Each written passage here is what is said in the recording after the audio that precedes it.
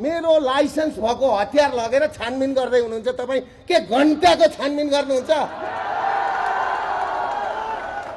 के छानबिन गर्नुहुन्छ झापा सिडिओ कार्यालयले दिएको माथि सुरक्षा समितिको गृह मन्त्रालयमा चाहिँ पुलिसका एआइजी सशस्त्रका एआइजी गृह सचिव बसेर दुर्गा प्रसादलाई हतियार दिनु भनेर वाणिज्य तथा आपूर्ति विभागले मगाइदिएको हतियार हेर्नुहोस् नेपालको पुलिसको त भरोसा छैन मेरो केटाहरूले के भन्छ भने होइन भाइ यो पनि सुरक्षाकर्मी हो पुलिस भनेको चोर भन्छ होइन भाइ हो सर त्यो चोर भन्छ पुलिसको हैसियत यो पनि सुरक्षाकर्मी हो यो पनि सुरक्षाकर्मी हो सबै आर्मी हुन् मेरा यिनीहरूका झोलाका 5 लाख पनि लग्यो बेल्ट पनि लगे होइन बेल्ट पनि 5 लाख पनि लगेको बेल्ट लगे 5 लाख लगे मोबाइल 2टा लगे सेट पनि लगे बेल्ट सुद्धा पाएनन् पेन्ट पनि लाने रहेछन् कट्टु पनि लाने रहेछन् के यिनीहरूको भरोसा के छ